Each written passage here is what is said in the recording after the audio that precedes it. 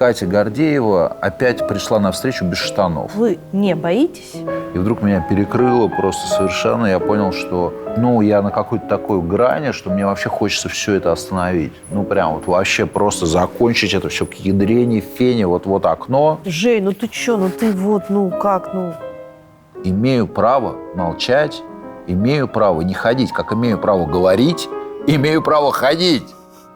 И все артисты, в общем, живут с этим знанием. Что, в общем, нормальный человек, если он заболел, он берет больничный. А артист, если он заболел, играет больной. Сынок, тебе там 19 лет, ты реально считаешь, что ты можешь отмутузить вот этого интеллигентного человека в очках там по башке своей там дубинкой, если тебе там отдали какой-то приказ? Вы вообще классный отец. Вдруг немножечко отрываешься, и вдруг и полетел. Это же чуть-чуть чудо.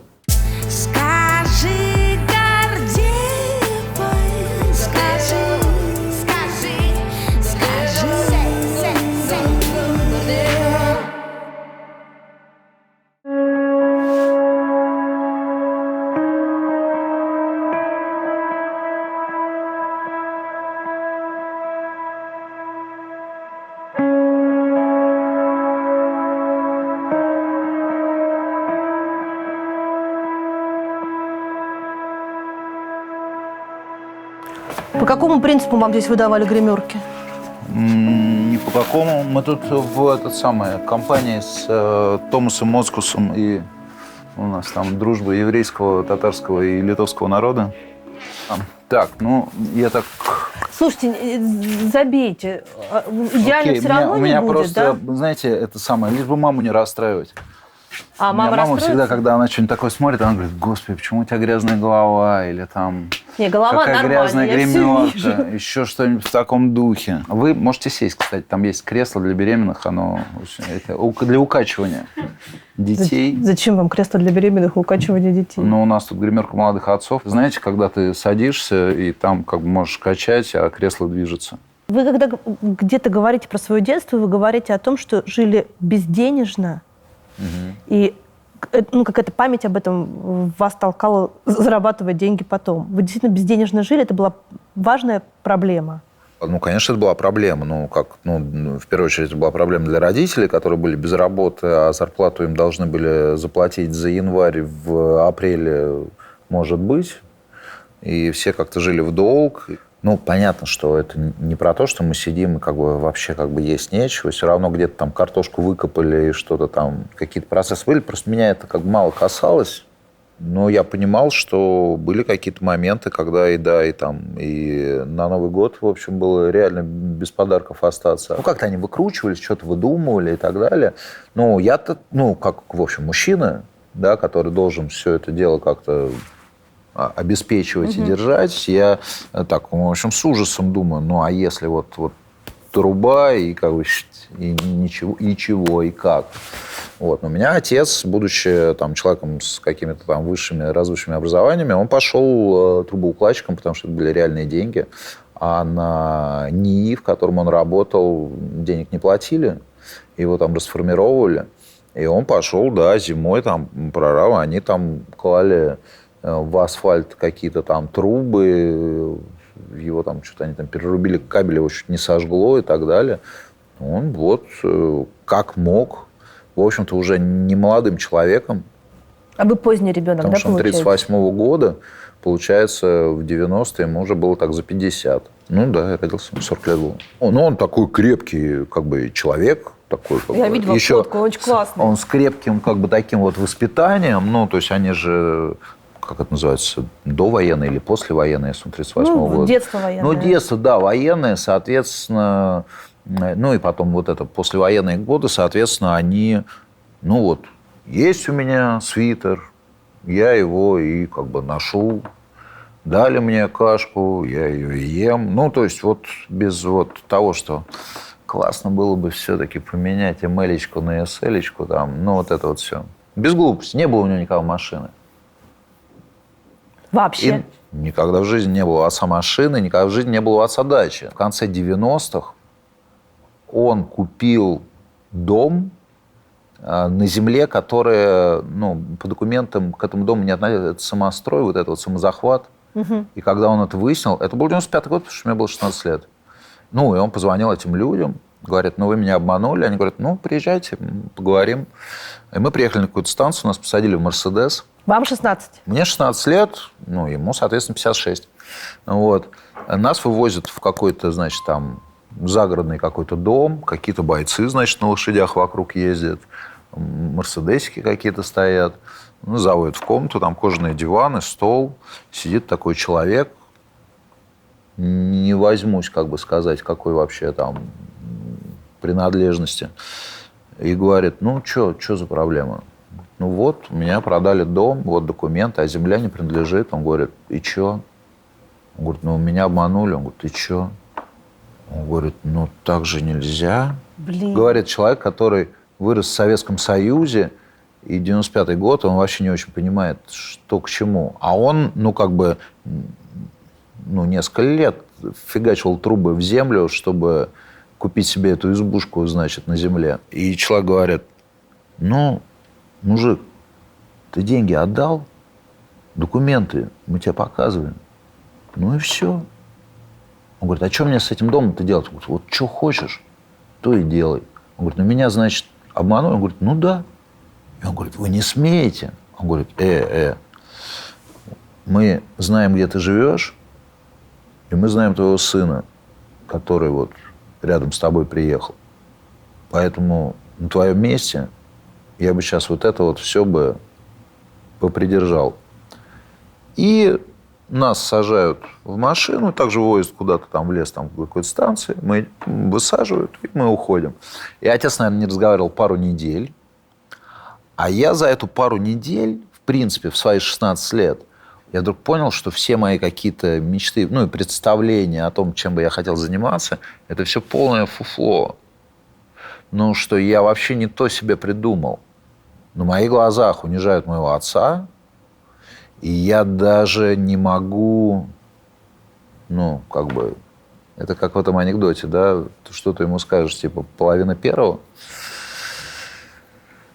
Ну, и потом у меня был разговор с мамой по этому поводу, которая поймала мое это настроение. И поскольку, ну, это были 90-е годы, и вот эта вся, как бы, среда была рядом, в том числе и какие-то возможности выходов на какие-то бандитские дела, она сказала, ну, вот, нет.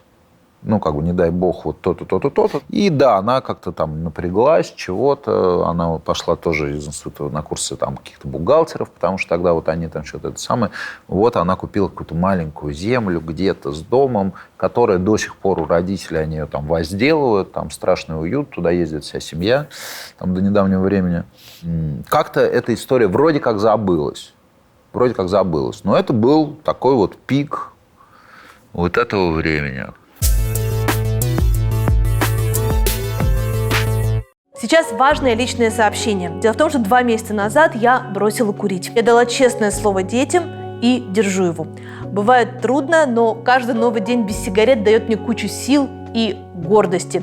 Да, я смогла это сделать, и нет, в моей жизни больше не будет никотина. Ужасно круто осознавать, что отказ от курения сегодня в России стал полноценным трендом. Я на личном примере знаю, как трудно было каждому из нас и как трудно будет всем тем, кто, возможно, прямо сейчас решится на это. 31 мая – Всемирный день без табака. Вроде бы дата формальная, но вдруг для кого-то из вас именно она станет поводом бросить курить. Мы с детства знаем, что курение очень вредит нашему здоровью и является причиной довольно серьезных заболеваний, в первую очередь рака легкого. Но мало кто знает, что именно курение является причиной почти половины всех случаев рака мочевого пузыря, причем как у мужчин, так и у женщин. Фармацевтическая компания Roche напоминает, что в мае не только отмечается Всемирный день без табака. Май – это еще и месяц осведомленности о раке мочевого пузыря. Компания решила уделить больше внимания этому вопросу. У нее есть сайт, посвященный онкологическим заболеваниям, называется «За руку». Надо понимать, что рак мочевого пузыря, он очень скрытный и до поры до времени себя никак не проявляет. Поэтому важно исключить все факторы риска, в том числе и курение.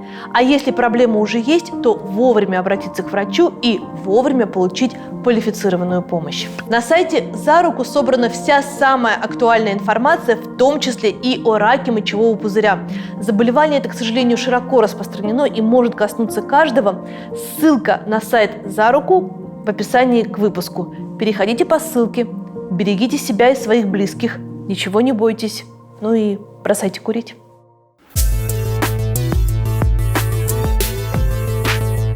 Все очень любят просто романтическим образом вспоминать 90-е, что это такое прекрасное время, такая свобода. Как вы относитесь к этому? Ну, мне сравнивать не с чем, потому что 80-е я помню значительно хуже, чем 90-е.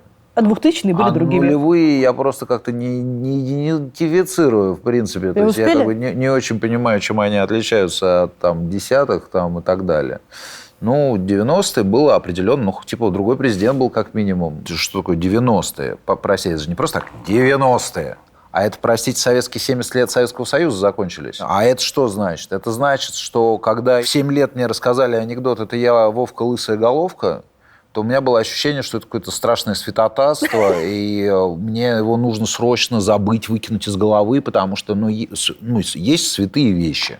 Это красный флаг, красный галстук, Владимир Ильич.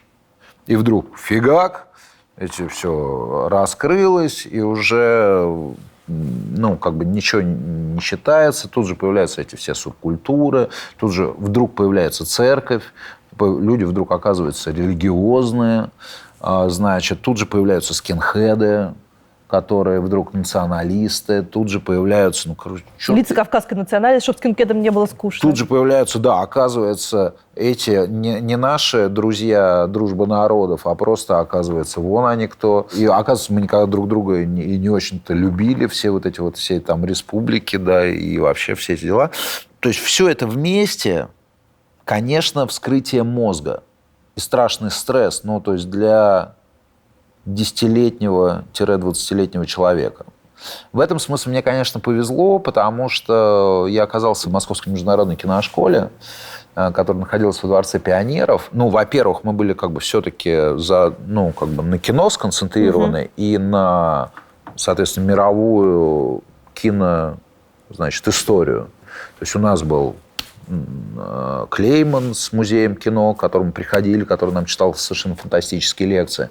У нас была очень неплохая видеотека, собранная из разных музеев, в том числе и французского, и немецкого, и итальянского музея. Они все были на языке оригинала. То есть мы смотрели на языке оригинала, не всегда зная, собственно говоря, язык оригинала, и понимая, что, в принципе, хорошее кино и выдающееся кино можно смотреть даже так. Что-то мы даже сами пробовали снимать, у нас были экспедиции. В общем, это была какая-то закрытая, очень своя, насыщенная жизнь. И такое ощущение все-таки, избранности, за что меня, в общем, мои родители даже ругали, говоря о том, что, ты оттуда приходишь, вот ты такой весь, как будто я все сам знаю, лучше все. Я сегодня был в посольстве, договаривался про визы для нашей съемочной группы, в 13 лет, да, такие все, дети такие все приходят. У вас там еще же было какое-то чаепитие, да, по вечерам, которое называлось рефлексией? Да, было понятие рефлексия, было понятие ринг. Это приблизительно как сейчас, вот когда садится человек, и ему только любой может задать вопрос по поводу вообще, как он дошел до жизни такой. Жень, прости, а вот то, что ты после спектакля костюмы на вешалке не развешиваешь, это кто должен после тебя делать? Грубо говоря. То есть человек, он шел на этот стул, не зная, чем этот стул для него закончится. Иногда это заканчивалось отчислением. В общем, меня выгнали из школы-то, на самом деле. В какой-то момент, и я пришел домой и сказал, все, я в школе больше не учусь. Он схватил за голову и сказал, ты так просто об этом говоришь? Я говорю, мам, я тебя умоляю, для меня это вообще не проблема. Она говорит, вам там просто сломали голову, вам рассказали, что у вас вообще нет проблем, что вы можете все, что угодно. Я говорю, да. Нет, ты должен что-то, ты должен учиться или ты должен работать, что-то ты не можешь просто... Ну, я это сейчас как отец. Я просто много лет пытаюсь понять, что такое вот эта киношкола. Это какое-то братство кольца, черт знает, секта. Люди, которые прошли через киношколу, их что-то все время объединяет. И это какая-то очень невидимая нить, я никак не могу ее нащупать. Да не, ну, все как просто... Ну, вот мы как понимаем друг друга, я понимаю, говорю, о, ребята из киношколы, просто потому что я вижу, как они реагируют. Но при этом киношкола – это фактически для меня главный мотор дела Дмитриева. И киношкола сделала так, чтобы о деле Дмитриева не забывали. И несмотря на то, Ну, как это все не было такой самодостаточной истории. Это не то, что возникло дело Дмитриева, и вдруг возникли какие-то ребята, которые такие говорят, там какой-то вот есть некий Нет, Дмитриев. просто Дмитриев работал... Он появился до того, да, как Дмитриев работал с киношколой. Они просто с ним общались, именно это было связано с этим лагерем, с этими захоронениями. С экспедициями. Да, с экспедициями. И ребята туда ездили, общались с ним, потому что он историк.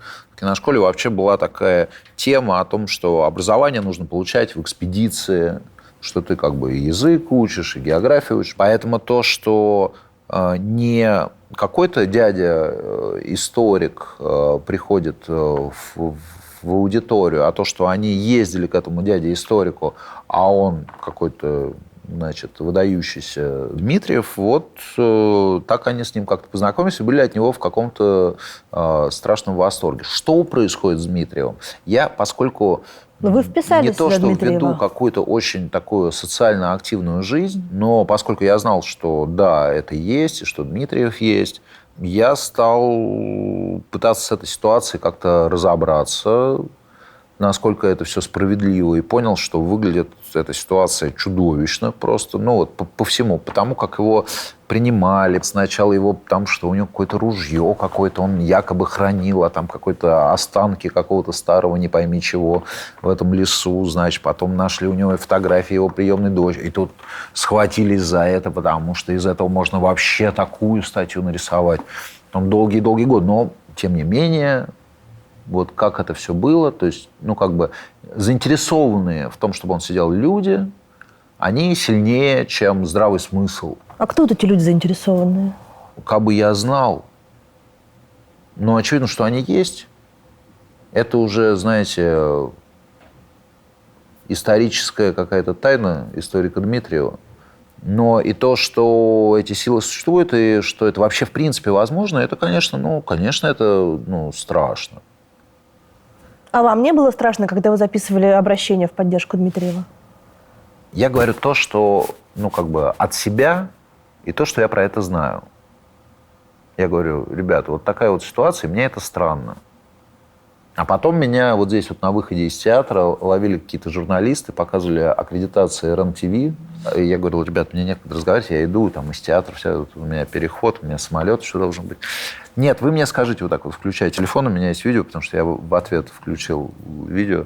Вы скажите, вы поддержали Дмитриева, но вы же знаете, что там все там подтвердилось, что у него этот самый, вот что-то вот какой-то такой момент. Что движет этими людьми? Мы знаем, что это закрытое дело, что там подтвердилось, что они видят, что там доказано. Это была полная какая-то провокация, но, тем не менее, с аккредитациями РЕН-ТВ и прочим. Симпатичные, достаточно молодые люди. Я смотрел на них, мне почему-то казалось, что это люди должны быть с жабьими физиономиями, которыми этим занимаются, которые там из-под тишка это все там подснимают. Но это какие-то должны быть какие-то чудища и уроды. Вы знаете, иногда в обличии совершенно даже таких аккуратных людей. В каких-то кожаных курточках, в джинсиках, с этими укладками. Я сейчас про страх, знаете, такую работу потерять. Вот вы вписывали за Дмитриева, вписывали за Сенцова. Не боялись ли вы просто потерять работу, заработок? Мной какие-то вещи руководили, мое какое-то знание. Мне принесли рассказы Сенцова. Я их прочитал, они мне понравились. За этим был какой-то живой человек, который это написал. Это остроумно написано, там про детство что-то и прочее. Я их прочитал, просто потому, что это живой человек. Живой. И то, что потом был какой-то там перепалка с Прилепиным, который написал, что вот этот вот Женька, ты Цыганов, Вы знакомы настолько? Нет, мы не знакомы, слава богу, мне так кажется. Захар очень талантливый писатель. Я слышал об этом. Вот. Но, тем не менее, Женька-то Цыганов, вот террориста Сенцова защищает, который готов Крым бомбами закидывать.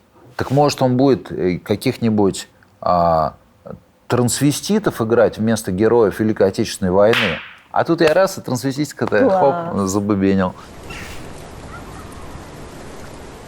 Егор, хорош. Что там здесь устраиваешь парады? Ты или заканчивай, или вали.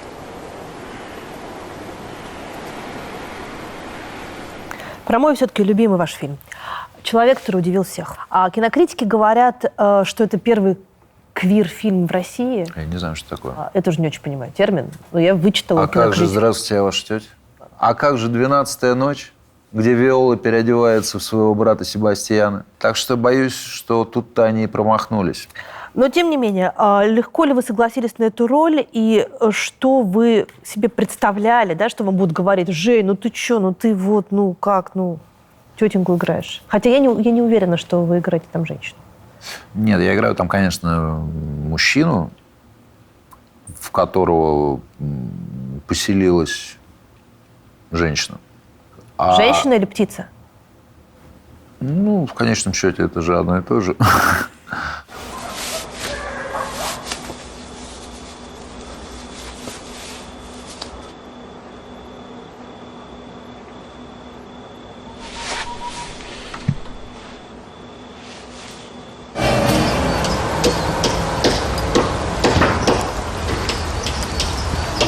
Я сидел, читал вслух этот сценарий. Дома? Дома, да. И в какой-то момент я стал читать его про себя. И мне, значит, что там, что? Я говорю, сейчас, погоди. Что? Кому, чего, как?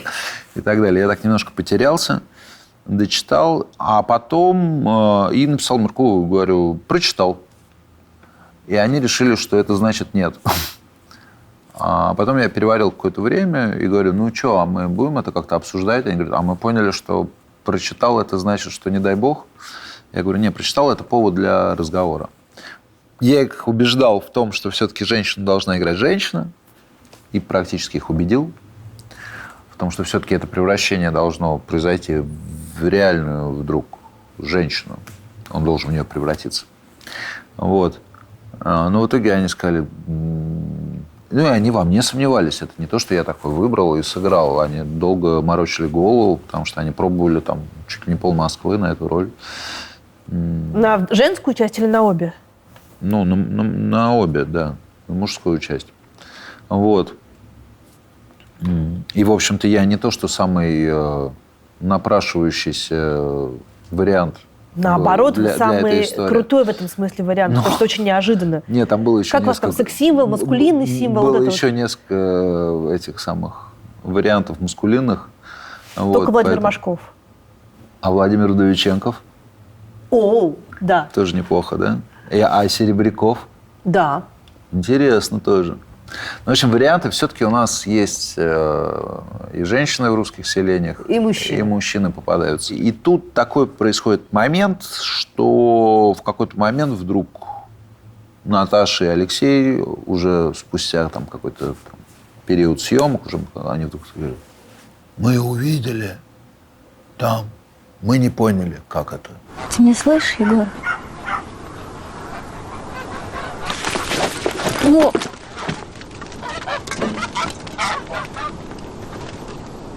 Слышишь меня?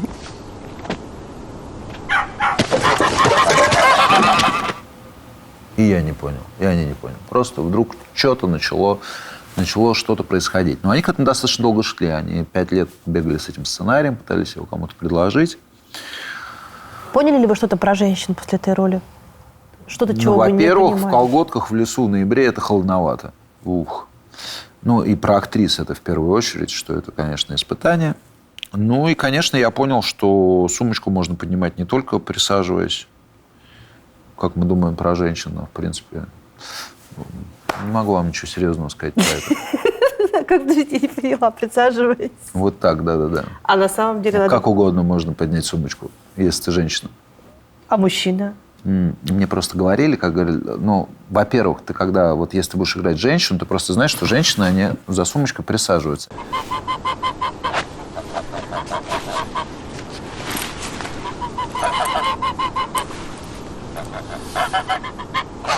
Это неправда. Я наблюдал за женщинами. Ну, это неправда. Женщины поднимают сумочки, главное поднять.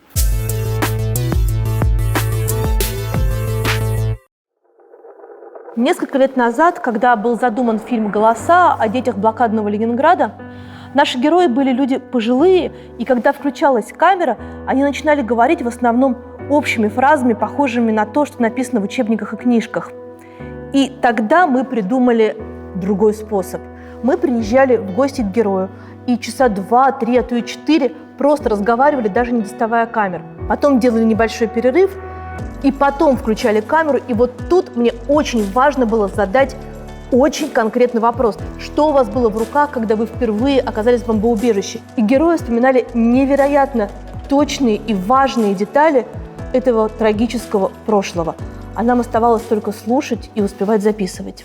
В художественном кино есть тоже много разных способов и подходов для того, чтобы достичь искомый результат. Один из моих самых любимых режиссеров – итальянец Паоло Соррентино. Главная особенность его метода состоит в том, что он еще до съемок знает, каким будет фильм на выходе.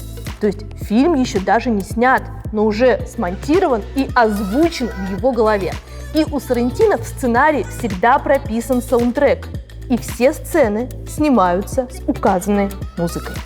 Если кино интересно вам не только как зрителю, и вы хотели бы попробовать себя в режиссуре, но пока вам не хватает системных знаний и опыта, то в школе креативных профессий Geekbrains есть специальный курс на эту тему. Среди преподавателей курса известные продюсеры, режиссеры, сценаристы и актеры. Все максимально нацелено на практику. Вы проходите все этапы работы над проектом, получаете практическое задание, а после обратной связи с преподавателем снимаете пилотную версию своего веб-сериала. Это и есть ваш диплом. Учиться можно в комфортном темпе из любой точки мира. А чтобы не перегружать личную экономику, можно разбить общий платеж ежемесячной рассрочкой, а по окончании обучения еще и получить налоговый вычет. По ссылке в описании промокод Гордеева. Он даст вам 10% скидку от меня. Переходим, записываемся и пробуем себя в кино.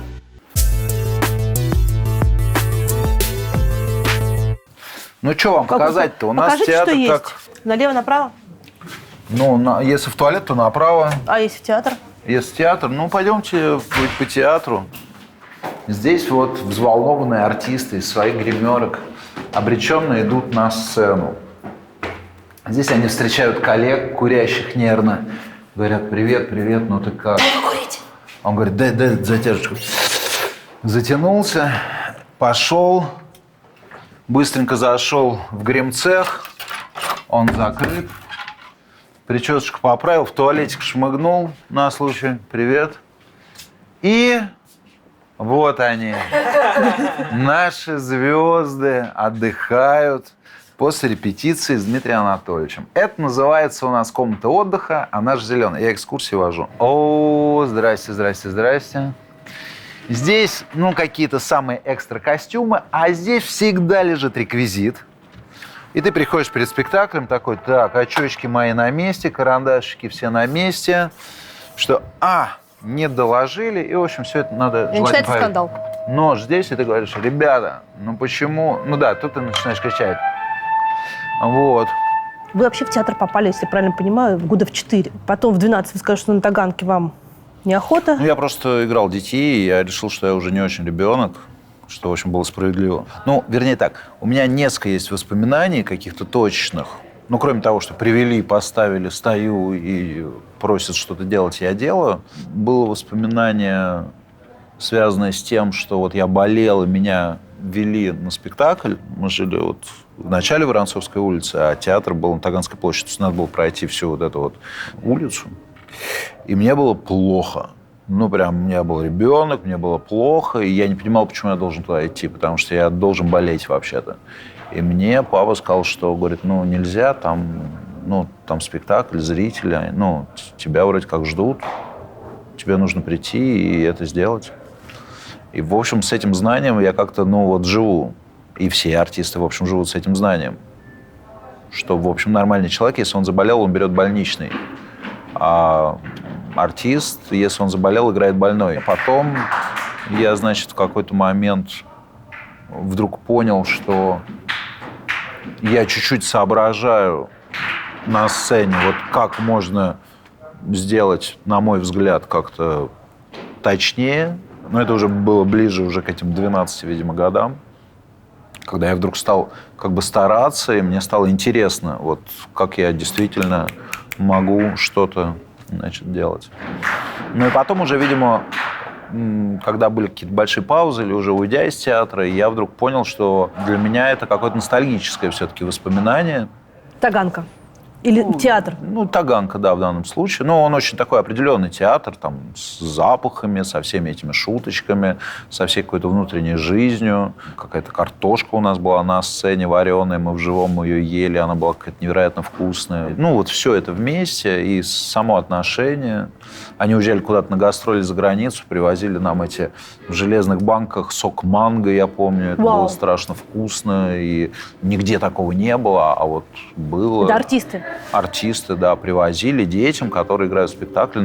Какие-то такие вот штуки были. Но потом вы идете учиться на оператора, на режиссера, на кого угодно. Я потом пошел в киношколу, да, там просто были мастерские разные. И я сначала пошел в мастерскую режиссер театра, и потом в какой-то момент я просто увлекся, собственно говоря, рок-музыкой и всякой вот этой вот какой-то жизнью. И я понял, что мне это интересно. И я пошел в мастерскую звукорежиссер, просто чтобы там чуть-чуть с этим разобраться. Потом кино, пошел в мастерскую оператор. В общем, потом я понял, что нужно сдавать физику, химию, фотографии, а для меня это прям закрытая тема, все, что касается точных наук. В отличие от моих детей, например, которые совершенно замечательно это все схватывают. Мы пили в тазы, мы пили в какие-то чашки, понимаете? Мы тогда с Колей Костомаровым, мы пошли в пожарную часть и договорились с целым пожарным хором. Понимаете? Он нам пришел за ящик коньяка, у нас был целый пожарный хор, и они пели какие-то, знаете, «Увезу тебя я в тундру». Это было что-то совершенно просто из ряда вон выдающееся. И поверх всего этого был вот этот вот удивительный звук. Понимаете, как у Моцарта, когда вы читали его дневники, вы читали, что он пишет своей кузине. Это же совершенно невозможно. Это насколько это поэзия, насколько это нежность сочетается с абсолютно туалетным юмором, понимаете, который, это не там дерьмо через слово, я вам сейчас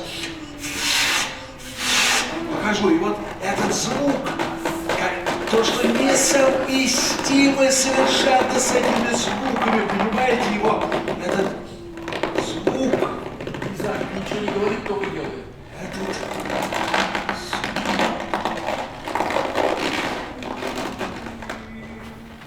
Так, продолжаем разговор. Как вам с Крымом работать?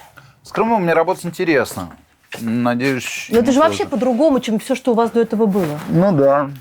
То, что мы делаем сейчас, это вообще как бы из ряда вон. Артист как-то знает, чем он может, существовать, чем он может работать. А вроде как из того, что мы делаем сейчас, он нас так очень ограничил. У вас лица своего нет. У меня нет своего лица. То есть ты как бы вроде ты существуешь, вроде ты играешь, но какими-то у тебя пристройки какие-то совершенно другие. И с одной стороны это стрёмно, а с другой стороны это забавно. И нос, он по-другому. Да, давайте посмотрим правду в глаза. Он другой. А можно парик? Можно. Да, это намного лучше. Вот это отношение кроме вот этой части, которая там хорошо вот. И села.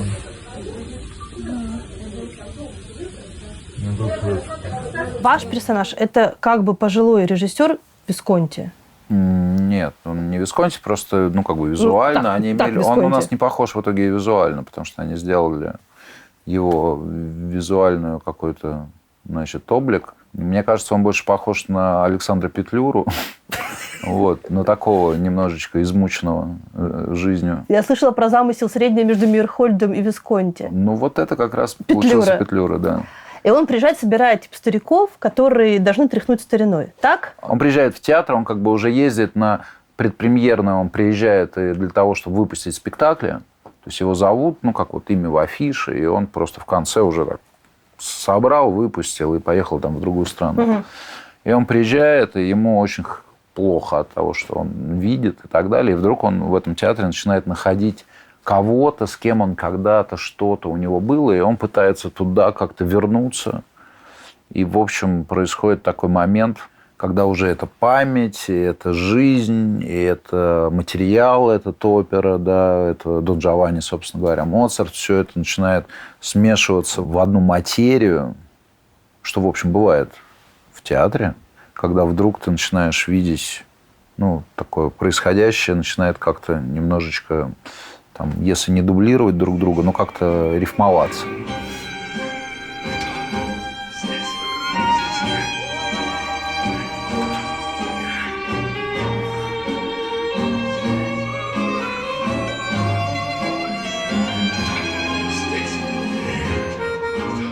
Но это не история про посмертие такое?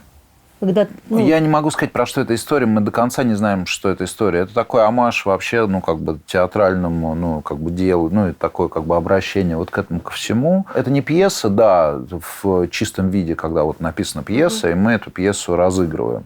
Это какая-то такой либретто, какая-то композиция, которая, в общем, претерпевает какие-то изменения. Мы прям в процессе дописываем какие-то вот иногда фразы, иногда целые монологи, иногда мы их соединяем, расчленяем, перекидываем, и что-то из этого всего, такая попытка нащупать общий какой-то ход, общее движение, а вот про что это будет и к чему это все ведет.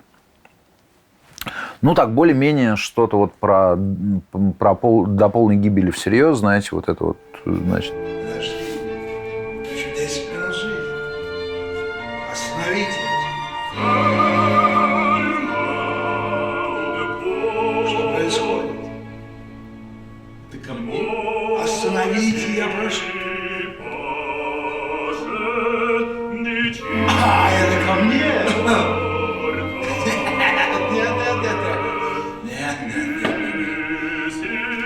Еще 10 минут жизни! Столы, вот здесь, когда понял, что ко мне столы... Не отнимайте у меня 10 минут! Кто здесь режиссер?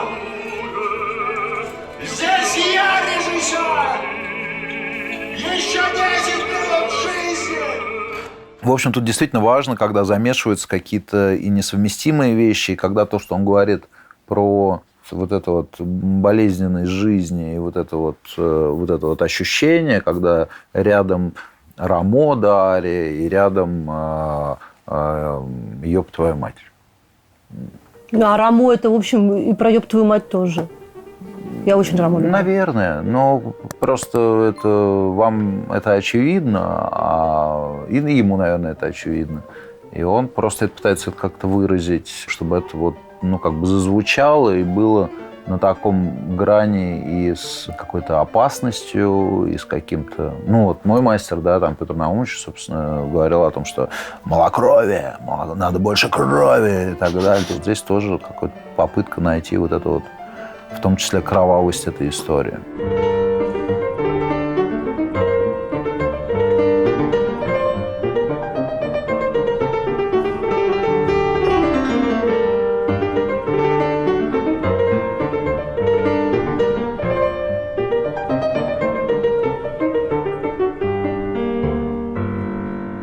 Вы когда увидели себя вот в этой старой маске, страшно, нет?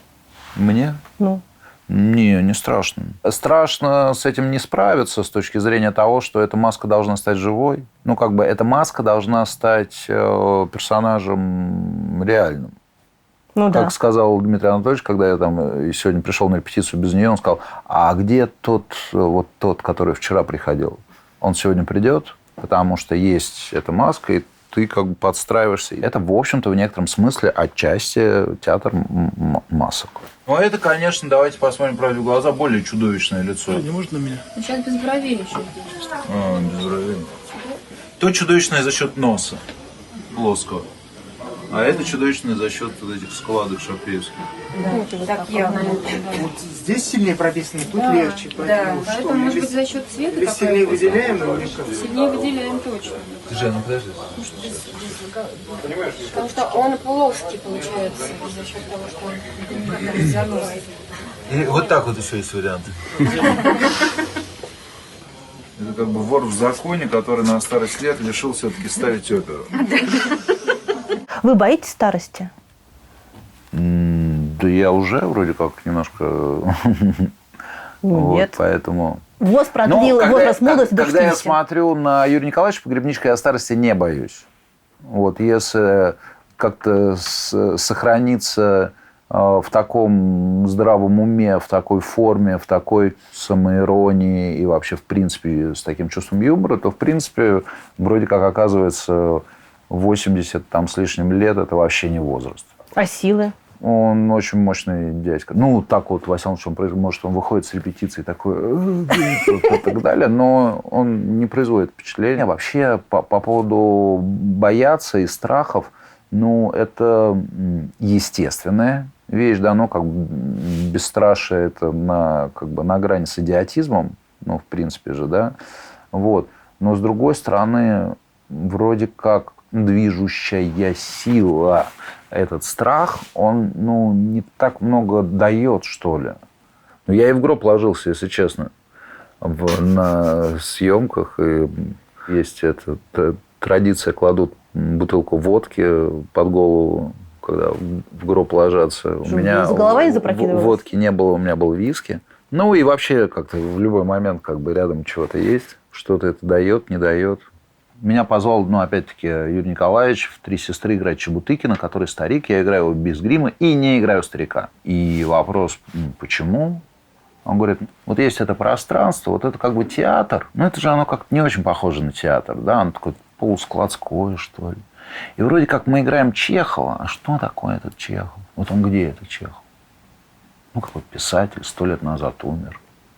Он как бы то ли есть, то ли нет. Ну, ты говоришь, вот, отец умер там. Вот, отец. Он, какой отец умер? Твой? Ну, не отец. Или зритель, у него там каждый свой отец. Или там барон, убит барон. Это вот барон, который... Вот этот мальчик, что ли, который сейчас барона играл? А какой тогда барон убит? Ну, вот это вот что-то играй, понимаешь? Вот это Класс. все. Как бы в этой среде, как бы старик ты, не старик. То ли ты юность этого старика, то ли ты вообще воспоминания о нем. То ли его вообще не было, а его не было. Ну, его же никогда не было, этого Чебутыкина. Он же его придумал. И ты так... Ну, когда ты приходишь с улицы, и у тебя есть буквально там текст Чехова, и ты начинаешь его произносить, а он тебя такого наполняет вот этими всеми обстоятельствами.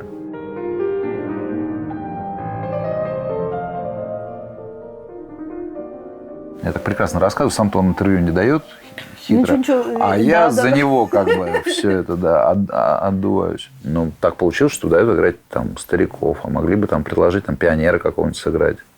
И, может, это тоже было бы забавно. Мы вот играем «Одна абсолютно счастливая деревня», и у меня там текст, что меня вот в армию призывают, а я все не иду и не иду. Очевидно, что это говорит человек призывного возраста, то есть младше меня. Угу. И я, как бы все время жил с ощущением, что когда-то это должно закончиться, когда-то мне уже будет неловко играть вот этот текст. И не так давно мы играем этот спектакль после долгого перерыва, и вдруг я понимаю, мне не будет неловко. Даже если мне будет там 80 лет, мне не будет неловко за это, потому что это притча, это условность. Кстати, я когда готовилась к интервью, я ничего не смогла найти про то, как вы служили в армии. А вы же должны были служить в армии. Почему я должен был служить в армии? Не знаю. Нет, я косил от армии, бегал. Вы что? Да, чтобы маму не расстраивать. Мы же это самое. У меня же главное, что... Нет, мама, она с ужасом относилась к тому, что в армии, это был какой год? призывной возраст. 90-е. То есть она считала, что если я туда пойду, то я оттуда не вернусь просто потому что. И я ходил с книжкой под мышкой по Москве, что вроде как я какой-то студент, даже когда я уже им не являлся. Как бы мама считала, что в какой-то момент это закончится, меня все-таки куда-то заберут. А я говорил: мам, кому я нужен? И, в общем, оказался действительно не сильно нужен. Не скажу, что я о чем-то очень сильно жалею. Я достаточно поносил военную форму, побегал в полной амуниции, полежал в окопах, и чего только не было. Поэтому, в общем, какую-то радость службы в некотором смысле. А сыновья ваши как настроены? Мои сыновья, мы как-то армию с ними не обсуждали. У них есть свои интересы. Ребята, монтировщики, пожалуйста, подойдите на сцену. Все, кто работает на Адамсе. А вы говорите: вот служба. Пойдете в буфет со мной? Пойдемте. Можете помыть руки, Я пожалуйста. чистая. Хорошо. Вот. Приятного аппетита. Спасибо. А у нас проверка. Здравствуйте, у нас проверка. Сейчас, пожалуйста. Сейчас будем искать тараканов. Это курочка, это котлетки. зря бы тараканов нет. Это санитайзер, пожалуйста. Все у нас культурно. Я не знаю, без масок можно сейчас заходить? Можно. Хорошо. Вот. А вилочки у нас пластмассовые, одноразовые. Как Всё. широко живет театр Фоменко? Скейт, вот, пожалуйста. Это не мой, кстати? Нет, не мой. А на вашем что бы было? А на нашем какие-то черепа. Но это уже не наши, а детские уже. У меня вот такие дедовские карверы, когда они как лонгборд, на котором не прыгаешь, а просто красиво ездишь по улице. Мне прыгать уже нельзя, у меня уже коленочки не те. Вот через курилку мы можем выйти немножечко подышать. Тем более, что погода шепчет. Слушайте, у вас шикарный вид просто. Да, надеюсь, после вашей передачи не отберут. А это стул для одиночного депрессии. Садишься и вот тут пепельница. Слушайте, я как человек, который вообще примерно впервые встречает на интервью человека, у которого больше детей, чем у меня, да. Я представляю себе, что это, в общем, должно быть ваше место. Человек, который хочет побыть один, наконец-то. Когда я совсем хочу, я ныряю просто в реку. Скажите, и там уже никто давно не живет.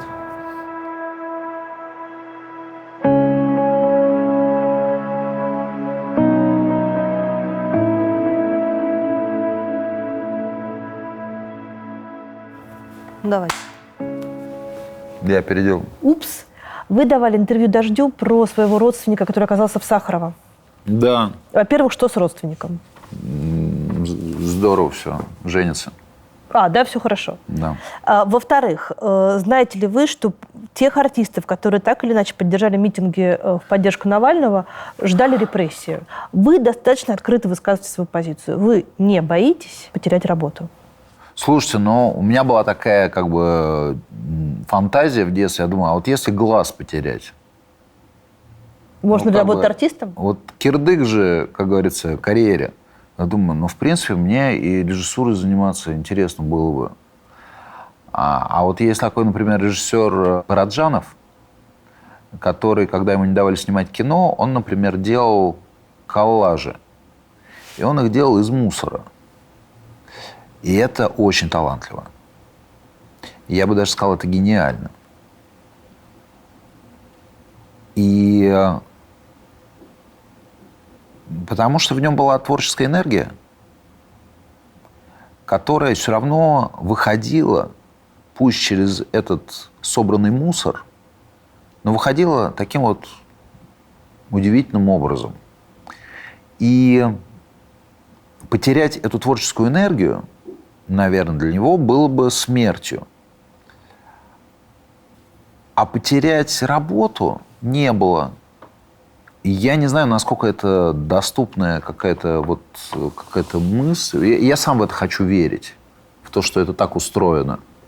Меня вот сейчас тоже позвонили, типа, Радио Свобода, вот можете вы рассказать, как вы относитесь, то, что в Беларуси. Я говорю, еще что-то. Я говорю, слушайте, но я ничего нового не скажу. Ну, потому что я не аналитик, я не специалист по политическим там всяким там делам и прочее. Я вижу, что людей избивают там дубинками, ну, там, мирных жителей. И мне это, ну, как бы, ну, противно, ну, некрасиво. Фу, ну, как бы, ну, как так? Ты, сынок, тебе там 19 лет, ты реально считаешь, что ты можешь отмутузить вот этого интеллигентного человека в очках там по башке своей там дубинкой, если тебе там отдали какой-то приказ. Это общие, понятные какие-то позиции. Это не то, что я там, ну, что-то там сверхъестественное говорю. Вот у вас рождается ребенок, ну, вы как мать, и вам становится в этот момент страшно, правильно? Правильно. Ну, потому что у него вдруг там непонятно, что там запорик, или там, я не знаю, что там, он вдруг нырнул куда-нибудь, ну, там, я не знаю, там, пополз с кроватки, упал. Вы живете страхом. Потом в какой-то момент говорите, ну, все-таки надо до какой-то степени довериться вообще какому-то смыслу. Ну, я не знаю, как это устроено, Катя. Я, честное слово, но вот... Смотрите, о чем я, например, все время думаю. У меня старший ребенок младше вашей старшей Полины. А вашей Полине 15? 16. И вот Полина идет на митинг. И что вы делаете? Ну, я ей сказал, только попробуй. Ну, я понимаю, что многие прогрессивные как бы люди и так далее. Ну, я говорю как бы со своей позиции, понимаете, может, я не имею права публично такие вещи высказывать. Но когда на весах у тебя лежит как бы там сон твоей там матери, грубо говоря, и твое желание быть там на передней линии там какой-то там баррикады, ну, я бы, в общем, тоже как бы эти вещи как бы учитывал, ну, как минимум. То есть не просто «мать, да ты ничего не понимаешь». У меня, у сестры муж, очень его люблю, уважаю и так далее, но ему тогда было 20 лет. Она только родила, она была кормящей девчонкой. Ей тоже было 19. И он побежал, был путь, он побежал на эти баррикады, у нее, ну, молоко, ну, не стало молока. 2 месяца было ребенку. Тогда, понимаете, и с этим прикормами, и со всей этой фигней было не бог весь как. Но он сказал, я не могу там не быть, там решается судьба страны. Я должен там быть в первых рядах. Нет мобильных телефонов, нет ничего. Просто он ушел, и 3 дня человека нет. Через 3 дня у него пропадает молоко. А ребенку как-то расти с этим и все. Каждый делает, конечно же, свой выбор. Идти, не идти, сказать, промолчать. Но позиция, когда говорят о том, что вы не имеете права молчать, имею. Вы не имеете права не ходить. Если вы порядочный человек, вы должны быть. Имею право молчать, имею право не ходить, как имею право говорить, имею право ходить. Ну что вы мне рассказываете? И кто мне рассказывает про это? Вы нарисовали себе какую-то картину мира? Да, я все понимаю. Нацистская Германия, Сталин, Мефисто, все что угодно. Кому будет нужен ваш гребаный театр, если тут будет вот какая-то такая власть? Но власть всегда власть. Во все времена. Это вот мое понимание на сегодняшний день. Что есть политика, и она занимается тем, чтобы напомнить вам, кто вы есть. Вот она говорит, вы многодетная мать, мы вам даем субсидии на каждого 5-го ребенка. Ну, например. И вы в этот момент вспомнили, что у вас их уже 4. Или вам говорят, мы сейчас пенсии откладываем на 10 лет назад. И вы понимаете, что вы пенсионер или в пенсионном возрасте, или у вас мать пенсионер. Вам все время напоминают, кто вы такой есть. Или говорят, вышел на это самое, мы тебя сюда посадим, ты просто никто. Тебе все время напоминают. То, чем мы здесь занимаемся, а мы сейчас с вами в театре находим, это момент, когда человек приходит, понимая, кто он есть, и на эти 2 часа он забывает, кто он есть.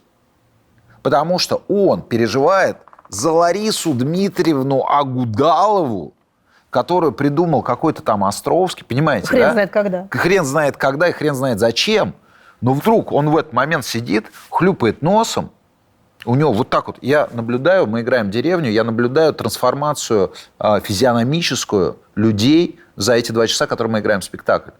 И я, ну, как бы не берусь за рассуждение про миссию и про то, что мы учим людей или что-то такое. Но что наверняка театр может иметь какую-то терапевтическую, в том числе, там, функцию, как любое искусство, ну, как бы в этом вся история. А тот стресс, который создают все время, напоминая, эти же митинги так возникающие, они же спровоцированы кем? Ну, кем посадили они Навального? Теми Вышли людьми, против которых эти митинги. Понимаете?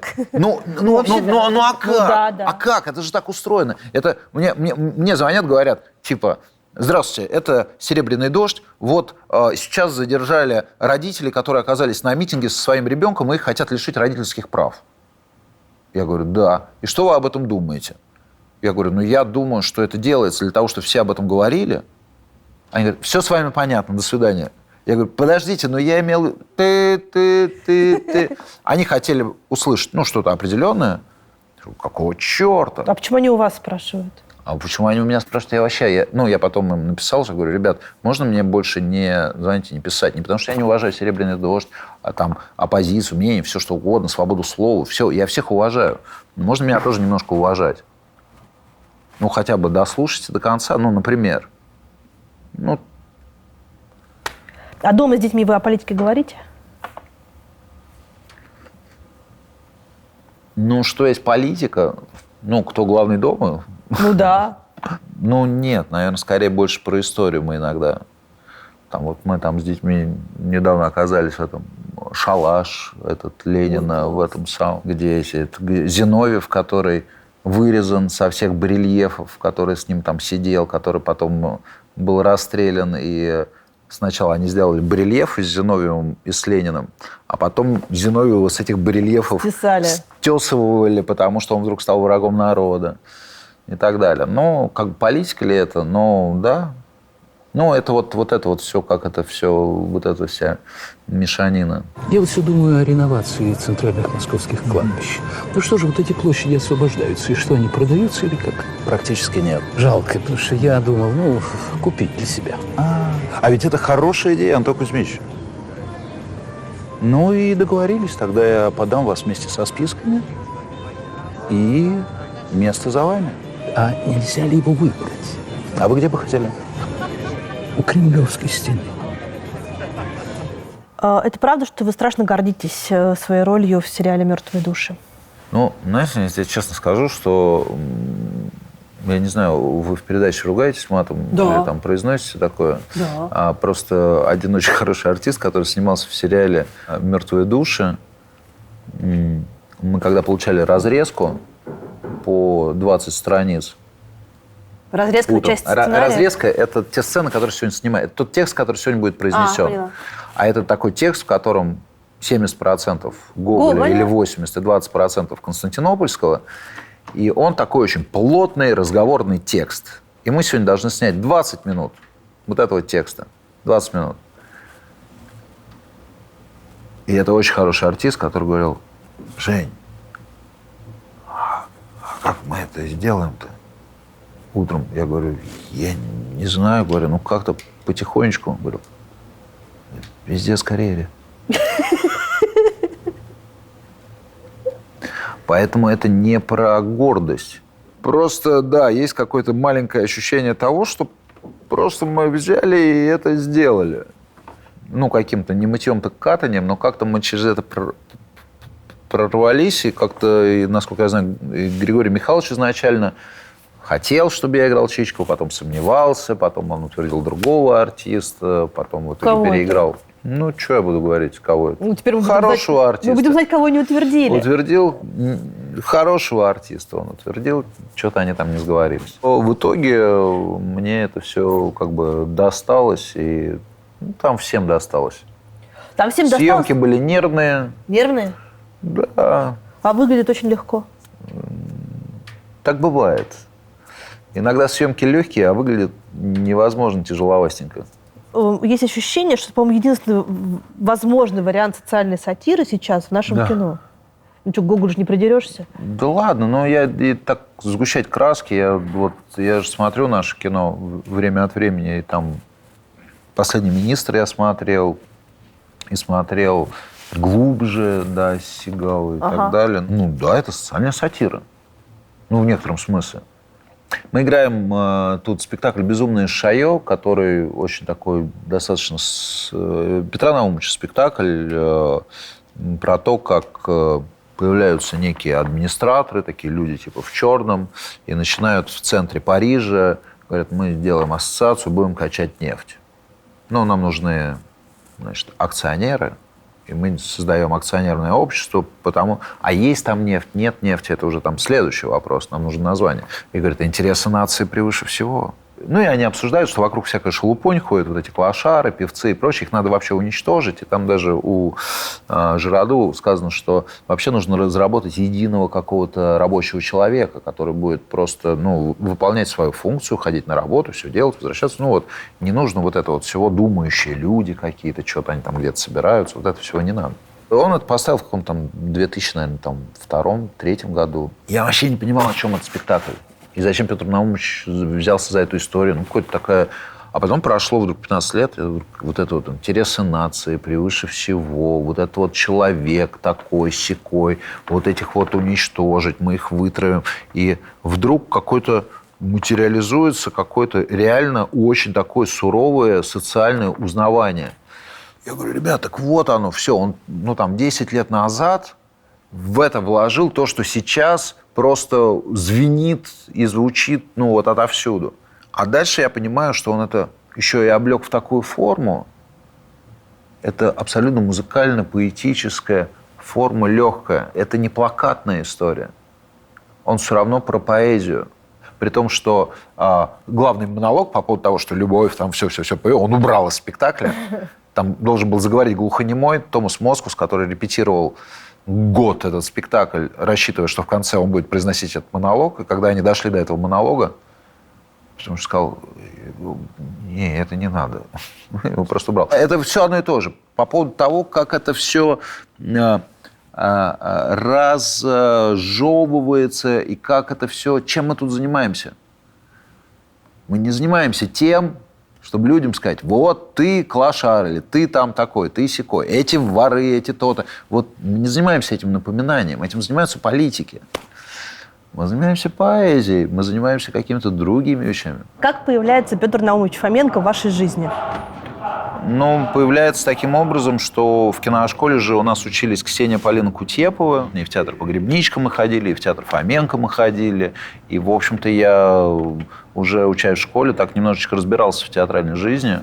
И я помню «Волки и овцы» спектакль и свое впечатление, когда там выходил артист за артистом, и вдруг это был какой-то новый, ну, просто подарок. Вот вдруг раз, и Мадлен появилась. А тут еще раз Юра Степанов, а тут еще Галина Борисовна, значит. И вот все это вместе вдруг одно на другое. То есть то, что называется первые Фоменки. Это то, что называется первые Фоменки, у которых не было тогда помещения. Играли они тогда под крышей театра Моссовета. Ну вот я конкретно это видел тогда там. Это было очень круто.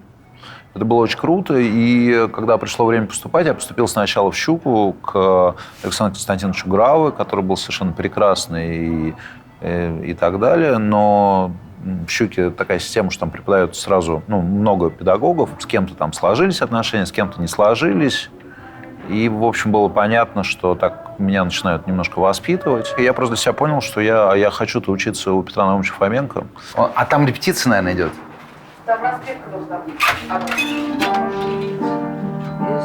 Коля, дай нам поснимать маленькое интервью.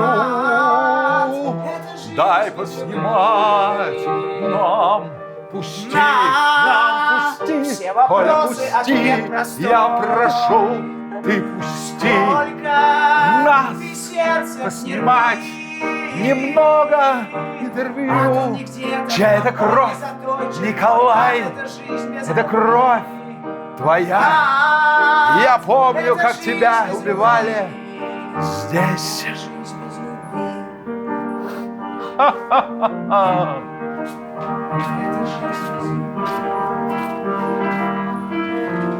Про Фоменко. Да. Насколько это важный человек в вашей жизни? Ну, это мой мастер, это мой учитель. И это такой подарок судьбы.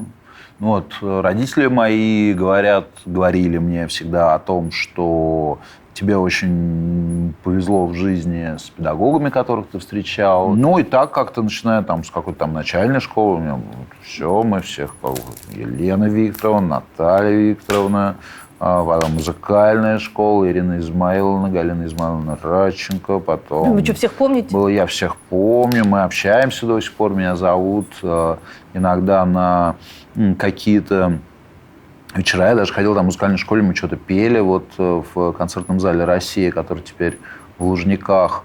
И, в общем-то, мы в каких-то таких вот полюбовных каких-то отношениях. И, в общем, наверное, да, это все справедливо. Мне везло, я плохо учился, но мне как-то это прощалось.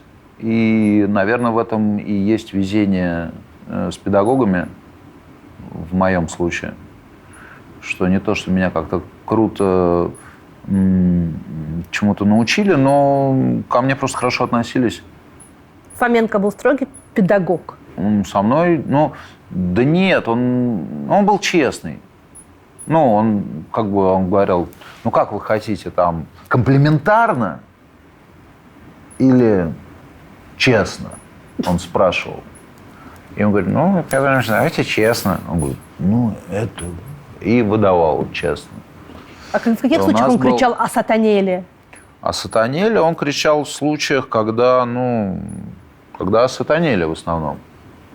По-честному. Когда там какие-то обычные вещи, когда там люди там опаздывают, когда люди там не делают. Он просто мог расстраиваться, что там что-то как-то не складывается, что что-то это впустое куда-то, когда там не затрачиваются, когда он видит, что в этом нет какой-то там жизни, какого-то заполнения. Он мог сказать там, не по таланту опаздываете. Когда человек опаздывал. Но это же круче, чем накричать. Да. В общем, человек всю жизнь пытается разобраться с тем, он вообще талантливый, не талантливый, он вообще на своем месте или не своем. А ему мастер говорит, вы вот как-то опаздываете не по таланту. Тем не менее. По поводу степени строгости, да, строгий и не строгий. Он же как не скрывал, что он всех этих ребят, своих там студентов, нас, то бишь, любит. У нас с курса никого не выгоняли. Вообще? С курса Фоменко не выгоняли никого. Никогда. Насколько я знаю. Но в театр не всех брали потом. В театр не все попадали, да, но это немножко там другая история. Отношения между первыми Фоменками и вторыми? Я третий.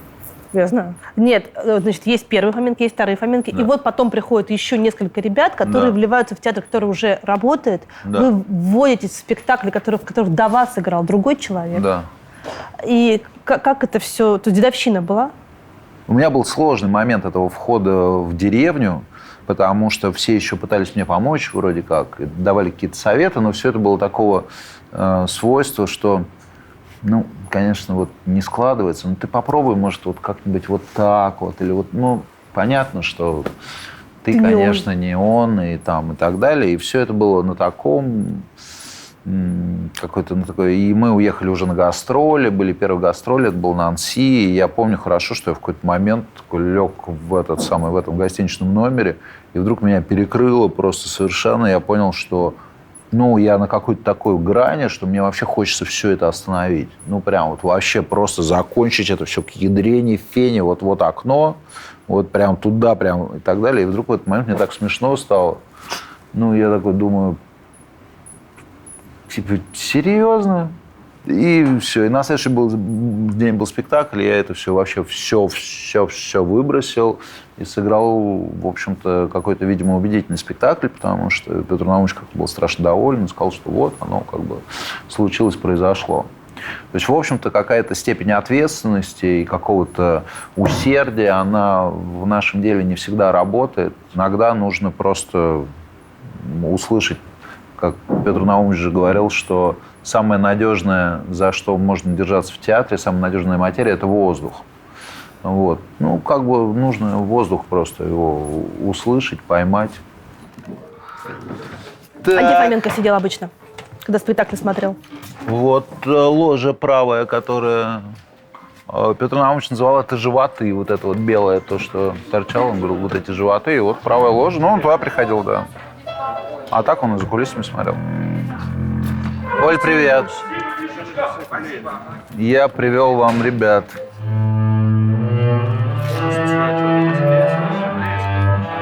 Давай наш. Я здесь работаю. Иногда. Это наш хор. Здравствуйте. Ай-яй-яй-яй. Все неправильно. Привет. Они, в отличие от нас, умеют все. Ой, расскажи про нас подробнее. Ну, это Миша. Он, если подробно, обожает сосиски в тесте есть в буфете. Если совсем самое интересное, что можно. Ну, а еще он вот может из той железной штуки музыку делать. А еще я могу расшатать платформу, так что у всех закружится голова. Вот так, например. Недавний опыт. Вот Евгений Борисович Каменькович, пожалуйста, обратите внимание. Да. Наш педагог, худрук и пионер-вожатый, как его называют. Собственно говоря, здесь его кабинет. И там же должен был быть кабинет Петра Наумовича, но он в него не ходил, потому что он сказал: «Привет».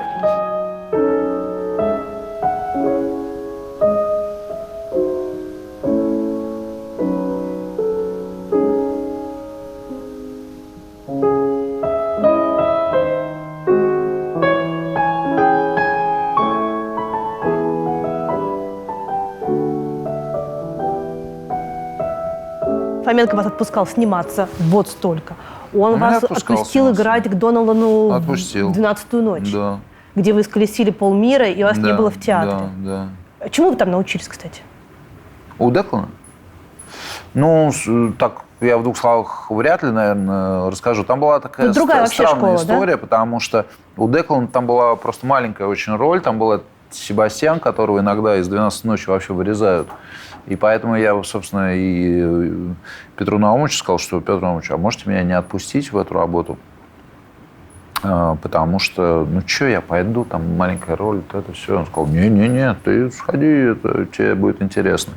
И выяснилось, что действительно, то есть Деклан, ну, у него есть целая книга, которая называется «Актеры мишень», которая описывает эту школу. И там, в общем, все упрощено до какого-то, ну, вот есть объект, мишень, да, ставки, ну, то есть какие-то вот понятия, оперируя которыми, балансируя с которыми, мы держим важность этого момента и держим все. Угу. И нам в этот момент не нужно ничего. У нас было 5 белых тряпок, 5 черных тряпок в начале. У нас была просто необходимость. Я тебе говорил: дай мне соль. И ты мне отвечаешь, типа: соли нет у меня. Мы просто вот на этом вот и на важности этой соли держится 2 часа спектакля и разрывает напрочь зрителя, если в это включаться и если это делать.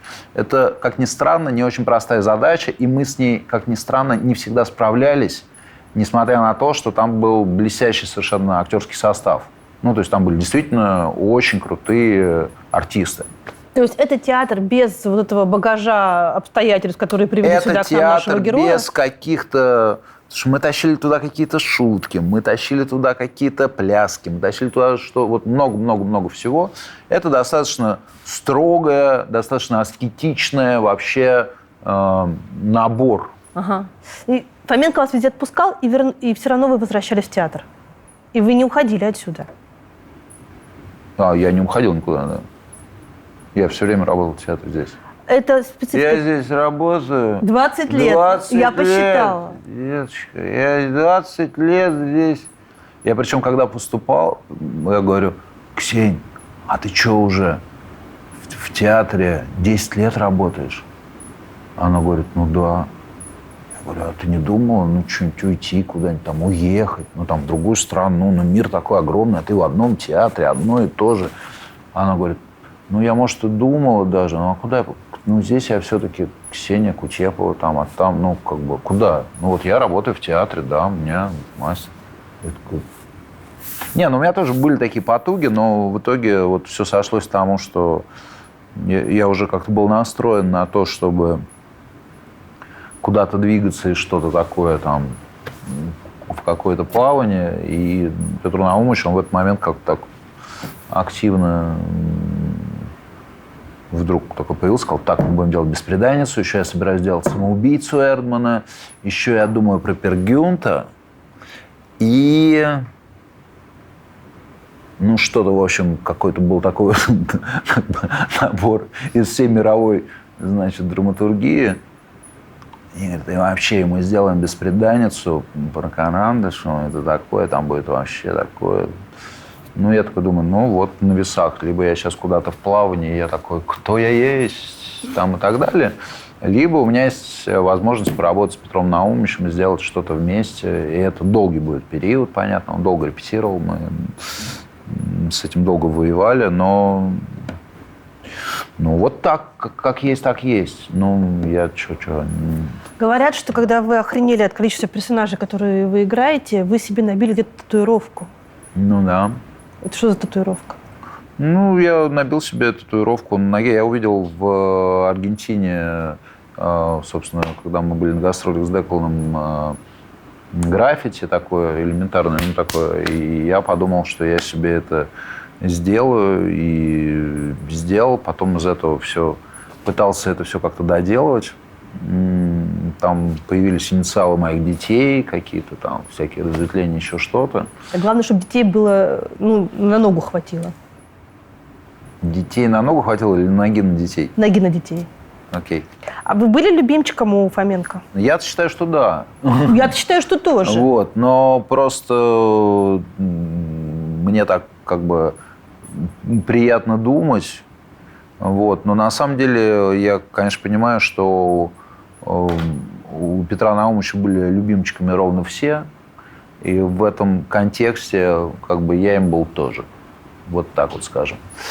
Так же, как, собственно говоря, я так понимаю, мы как многодетные родители можем тоже это... То есть я думаю, что любой мой ребенок может совершенно, положа руку на сердце, заявить, что он любимчик. И я больше всего боюсь, что они между собой однажды это обсудят. И это будет совершенно справедливо. Я боюсь, что они это уже иногда могут себе позволить обсуждать, но это совершенно бессмысленное обсуждение, потому что, что тут обсуждать? Я просто совершаю суперпедагогическую ошибку. Я каждому из них отдельно говорю, что я тебя люблю больше всех. И все. А что? Так и есть. А если они так поговорят? Мама им мне сказала. Блин. Что поделать? Сказала и сказала. Это ж мама. Вы вообще классный отец? Конечно. Роскошный. На гитаре учите их играть? Всем бы такого. Нет, они, в общем, сами неплохо учатся на гитаре. Что-то там, не знаю. Я ужасно смеялась, как у Урганта вы сказали. Он говорит: представь себе, что ты оказываешься там в каком-то пространстве на карантине в 1 месяц. И у вас такой растерянный взгляд, вы сразу так прикидываете, как вы со своей этой каравеллой, с микроавтобусом поедете в какое-то место со всеми детьми. И вы ему сказали: я не могу себе представить одного. Я действительно не могу себе этого позволить. Во-первых, у меня есть театр, в котором есть расписание, а я в нем служу, несмотря на то, что я не служил в армии. И, во-вторых, если я куда-то еду, я с собой беру хотя бы это кусками гавриков или как-то вот так это все устроено. Я буду вам называть имя, вы будете мне одним предложением говорить, какой он. Полина. Не хотите, не надо? Полина не одобрит первое это. Полина. Она например, даже не любит фотографироваться. Вот у нее сейчас только что был день рождения. И у нас в итоге день рождения закончился страшным скандалом, потому что я говорил: сфотографируйся с отцом, для Инстаграма. Пытаюсь сделать селфи. Да, и она сказала: я это ненавижу! Но потом извинился. Никита. Да пусть они сами, пусть песни расскажут, какими мы были. В том, как отец говорит, и мать, неважно, кто говорит о своих детях, это же характеризует больше вас, чем их. Никита сейчас запускал спутник, разрабатывал в космос, потому что у них появился педагог от Плехановского института, который, они сейчас разрабатывают первый спутник, который делают школьники, но, похоже, там на каком-то этапе из тех, кто его разрабатывал, остался один Никита. Это что-то о нем говорит. Никита мальчик, очень такой самостоятельный. Никита не любит театр. Он как бы ему это все неинтересно. Он, как ни странно, соображает во всяких там математиках и прочем. Учится хорошо. Андрей, говорят, Андрей на меня больше очень сильно похож, но он очень безбашенный пацанчик. То есть он, когда есть горка, то он разбегается и прыгает туда, несмотря, что там внизу. Такой немножко экстремал. Ну и красавчик, что и говорить. София? Соня очень крутой человек. Что я могу сказать? Соня снялась сейчас она захотела, ей это все интересно, она смотрит там кино, сериалы в большом количестве. Ее позвали сниматься в какой-то короткий метр, и она до этого у Симачева снималась. Она села у Симачева, смотрела на него, и он пытался ее разговорить, она просто сидела, молчала и варила в себе. И он в какой-то момент говорит: ты хочешь сама сниматься? Говорит: я не знаю. Потом вышла и говорит: понимаешь, пап, там просто какие-то взрослые приколы, а мне надо будет друзьям показать. Я что-то не уверена. И он сказал: нет, нам нужна этот человек нужен, который там что-то сам варит и сам что-то решает. Александр. Александр чемпион, Александр футболист профессиональный. Он человек с такими кубиками, которых я просто такой не встречал. С детства он такой. 10-летний Александр с кубиками? А ему 10 уже? Я думал, ему 9. Может быть, исполнится. Он в 2011 году родился. Да, исполнится. У меня сын в феврале 2011 года, поэтому ему уже исполнилось. Нет, Саша 9. Он с детства. Там ощущения у меня все там говорили, он что, качается по ночам. Он такой прям боец. Георгий. Потрясающее, просто удивительное создание.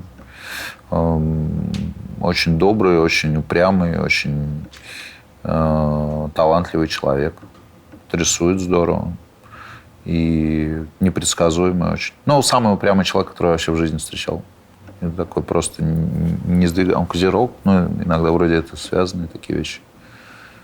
Связанные. Вера.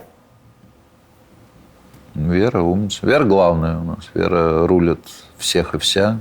Следит за тем, чтобы все там выходили в шапках.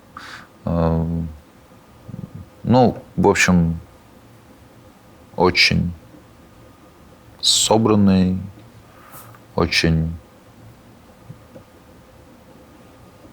девочка. И, наконец, Федор. Красивый человек. Хорошо, что у вас 8 детей, а не 18, а то бы до вечера сидели. Да, уже некоторые стали уходить. Да, Федя крутой, Федя все обожают. Федя самый младший, Федя... как-то он все эти качества вроде как собрал. Он как-то и упрямец, и красавчик, и добряк, и чемпион, и все как-то вместе. Он вроде как артистичный, и какой-то при этом усидчивый человек. Какие-то много каких-то качеств. Представьте, сколько у вас будет внуков? Я, честно говоря, детей столько не представлял, поэтому уж внуков все представлять, это уж такое дело. Тяжело? Мне? Очень. Тяжело запоминать имена, в смысле? Да нет, с 8 детьми-то. Слушайте, если я скажу, что не тяжело, то есть я скажу, понятно, ему-то что тяжело, но на самом деле, если мне тяжело, то не от количества детей. Это мне кто-то говорил, что столько детей, это можно с ума сойти. Я говорил, можно с ума сойти и без детей вовсе. Причем значительно реальней сойти с ума без детей вовсе. А с таким количеством детей нет возможности сойти с ума. Потому что как-то надо держать руку на пульсе и как-то немножечко все-таки этот общий хаос контролировать. Вы много времени с ними проводите? Наверное, хотелось бы больше, но я все-таки достаточно много работаю. Как сохранить отношения между всеми детьми, если у тебя есть 2 семьи? Это я не могу ответить вам на этот вопрос. Иоанн Крестьянкин вам бы, наверное, сказал, что нужно просто молиться за то, чтобы эти отношения сохранились. И, наверное, отчасти был бы прав. Надо просто это как-то просто хотеть, чтобы это было так. Что возможно как-то успевать. Понятно, что надо какое-то находить время и общаться, и слышать. Ну, так, не знаю, короче, что вам ответить. Я не эксперт по этим вопросам, как ни странно. Я читала, что у вас 70% музыки, которую вы слушаете, это музыка из 90-х годов. Ну, да. Что у вас сейчас в плеере? У меня сейчас, мне тут подкинули прекрасную радиостанцию, я всем про нее рассказываю, потому что мне она действительно очень нравится. Я, в общем, не то чтобы что-то рекламирую. Называется она «Радио». Это «Радио»? Да, это такая карта мира, на которую и, ну, там, 70-е, 60-е, 50-е. Вы выбираете страну и годы. И там, неважно, Америка, Боливия, Непал, ну, в общем, нажимаете, и вам играет музыка, которая вот в эти годы, ну, десятилетия была. И потом, если вы это забываете, он тебе сам начинает выдавать эту музыку. И, ну, во-первых, ты действительно слушаешь совершенно неизвестную тебе уругвайскую какую-то музыку 70-х. Я вот подсел, например, на поляков, долго слушал польскую подборку. У них очень такой, очень симпатичная такая там и эстрада, и фанки, и всякие... Ну, такой, типа, ну, вот там, я сегодня ехал под Pink Floyd, который тут же перекинулся в какую-нибудь там Грузию, где там девочка пела про дракончиков там, и потом там, ну, в общем, что-то такое. Прекрасное какое-то путешествие во времени и по миру. А из русских 90-х вы что слушаете? Ну, из русских я слушал питерский, вот этот вот андеграунд, потому что он там был, и я как-то в свои 16 лет, соответственно, это был 95-й год, оказался в Петербурге, случайно оказался на концерте в каком-то там, значит, парке. Это был какой-то open air, но тогда не было, по-моему, такого слова, а был просто уличный концерт. Была группа «Оргазм Нострадамуса», по-моему, это было, или что-то в таком духе. Ну, в общем, там было какое-то количество, набор каких-то коллективов, неизвестных мне. В том числе была такая группа «Колыбель для кошки», так называемая, которая в итоге стала группой «Колыбель». Так получилось просто, что я стоял и слушал концерт рядом с их друзьями, которые сказали, нравится. Я говорю, классные. Они говорят, хочешь, познакомим? И я, значит, с рюкзаком, московский, значит, мальчик. И они как-то, мы в итоге вместе куда-то оказались как раз в Норе, в которой был концерт Military Jane и группа «Кирпичи». Зовут меня Василий. Которые тогда еще были без альбома «Кирпичи 96», поскольку это был 95-й год. И, в общем, я совершенно вскрылся от всего происходящего. Да? Ну, я вернулся из Петербурга тогда в 95-м году, и своему приятелю, с которым играл на барабанах, я ему сказал, что, Миша, мы играем полную какую-то дребедень, вообще непонятно о чем. У вас была группа, вот, подождите, я должна процитировать. У нас была группа «Апага Сатанас». «Апага Сатанас». Это «Изыди Сатана», да, которую организовал, значит, наш дружбан и одноклассник, который в итоге стал таким достаточно уважаемым священником, который преподает исламизм. Тем не менее, он продолжает писать фантастические рассказы и, в общем, с уважением относиться к металкору. Мы играли вот в этой группе «Апага Сатанас», такие строгие тексты и такое что-то, некий такой метал-фолк какой-то. Вот, и когда я вернулся оттуда, ну, я говорю, Миш, вот же какая-то она как бы такая драйв, позитив, там все, давай мы будем вот играть что-то такое. Мы подхватили Пашу Баршака через годик. Мы сколотили группу «Гренки», к нам присоединился Олег Долин, значит, небезызвестный, Дима Высоцкий, опять-таки, с трубой, Андрей Муравкин на фаготе. Набрали какой-то такой коллектив раздолбаев. Нас было достаточно сложно собрать и организовать. Поэтому мы как-то в отсутствии репетиции что-то там такое просто заваливались в клуб, устраивали там какой-то музыкальный дебош. Ну, до того момента, пока мы не стали все сильно заняты, когда там... Графики, гастроли, съемки. В общем, в какой-то момент ребята все как бы расползлись. И вот прошло какое-то время. Вася Васин «Кирпичи» и Вадик Нос. У них было 20-летие группы. Они говорят, а давай ты нас поздравишь. Я говорю, ну давайте мы вам песенку какой-нибудь такой, каверочек подарим. Они говорят, давай. И мы что-то такое наиграли с ребятами, с моими осколками группы. Они говорят, а давайте вы... у нас прямо на 20-летие и типа исполните. Мы вышли, сыграли, и ребята вывалились и сказали, что это очень круто. Вы вообще, мы про вас вообще ничего не слышали. Вы давно играете? А мы быстро назвались «Пока прет».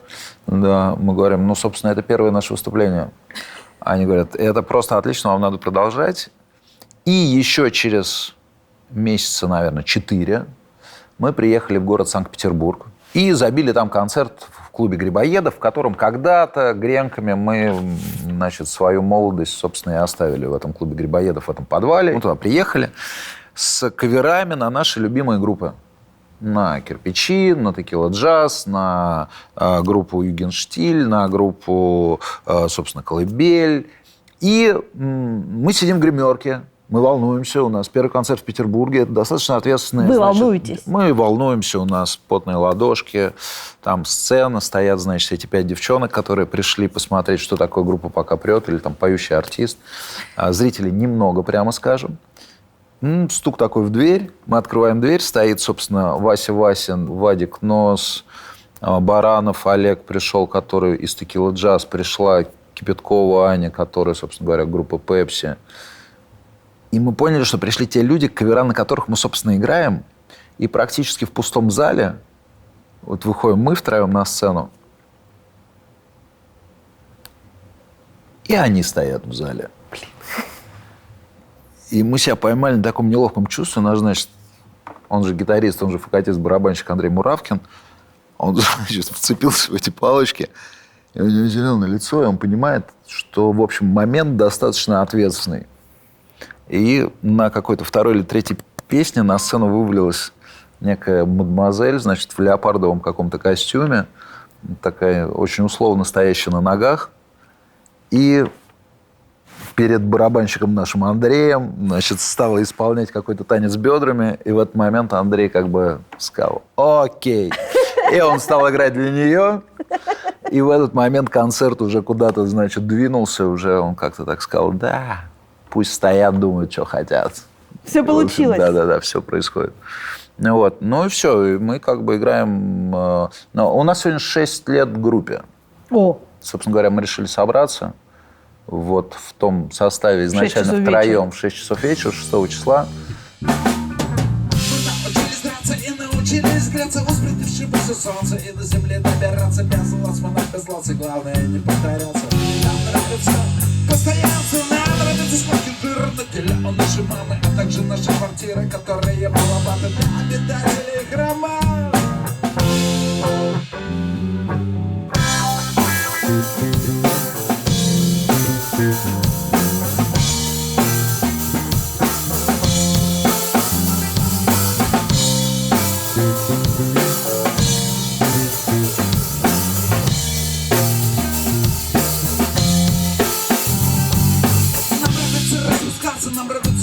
Нам нравится шорохситься, эгрохом протуберанца. В общем, планета наша похожая на новобранца, потеющего на марше.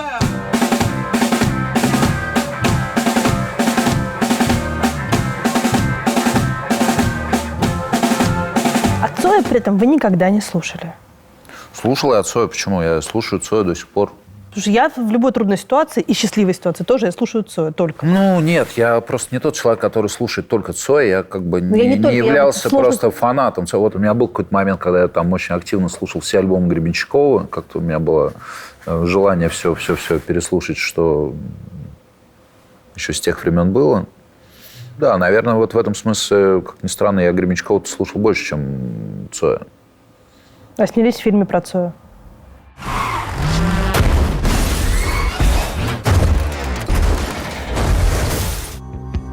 Знаешь, кого сбил? Лицо от удара сильно. Про то, что ты был в аварии, пассажирам знать не обязательно. Пока будешь вести, с родственниками, друзьями его познакомишься. Проявишь себя хорошо. Останови автобус! Дверь открой! Сядьте на место. Вставай, Витек, вставай! Коньячка делали! Да плевать он хотел на ваши сопли! Наверное, я снялся даже в фильме не про Цоя, а, наверное, про учителя Алексея Ефимовича. Потому что все-таки он автор этого фильма. Темы, которые он затрагивает, это его темы. Ребенок, который в роли ребенка, это его ребенок.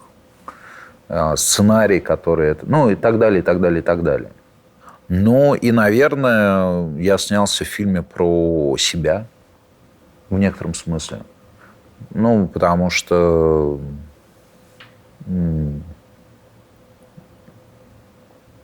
еще эта история была с Ефремовым, которая вдруг всколыхнула всех и вся на уровне, что как можно, какой негодяй и так далее. Ну, и все как бы имели, значит, за право дать какую-то оценку произошедшему, да, и как-то в него либо что-нибудь швырнуть, либо, наоборот, попытаться как-то прикрыть, там, я не знаю, что. А я не помню, чтобы вы вообще что-то говорили про эту историю. Вы знаете, у меня была такая штука, что когда все они говорили, то я хотел, пользуясь тогда соцсетью Facebook, написать, что меня вот все спрашивают, что я думаю про ситуацию с Ефремовым, хотя нет, вру, меня никто не спрашивает. Меня никто не спрашивал, что я думаю про ситуацию с Ефремовым и почему я должен, ну, понимаете, да? А все вели так себя так, как будто бы всех спросили. Ну, как бы, что это как бы важно. Но, конечно, это важно. Произошел несчастный случай. Мы же понимаем, у него какая-то есть там предыстория, там жизнь. Это могло там произойти так или иначе. Но, в общем, по большому счету, это так. А, в общем-то, надо понимать, что Михаил Олегович, он все-таки народный артист. И я бы даже сказал, народный любимец в некотором смысле. И как вот эта народная любовь может превратиться вдруг в такой, как бы, ну, подогреваемое журналистами, да, в котором важно, чтобы все-таки был скандал, да. Ну, те журналисты, которых я имею в виду, не тех прекрасных журналистов, которые сидят в этом баре, а тех журналистов, вот, которые паразитируют на так называемых селебрити и на их жизни, да, которые их, в общем-то, не любят. Ну, очевидно. Не знаю, завидуют, презирают, или как это... Ну, на какой химическом уровне это происходит, но у них вроде как есть маленькая власть, вот эта вот неприятная. Взять и написать, например, там, ну, там вот вы одели юбку, а там я могу написать: Катя Гордеева опять пришла на встречу без штанов. Катю Гордееву без штанов. Из чего это она вдруг без штанов? А там раз, а она в юбке. Ну, понимаете, да? Упс, какая-то история. Но, в общем-то, сама интонация и сам тон, с которой, ну, вот этих вот мочалят и мусолят так называемых селебрити, отвратительно. Потому что их как бы не очень воспринимают как, ну, каких-то живых людей. Там, это не про сочувствие. Ну, понимаете, потому что к живому человеку я отношусь как бы иначе. Это как будто бы я отношусь к функции, как будто ты мне должен. Но тем, что тебя знают, и тем, что я про тебя пишу, ты мне уже должен. И вот я тебя вот сейчас вот я тебя вот закручу, смешаю и как бы с голой жопой там куда-то выставлю.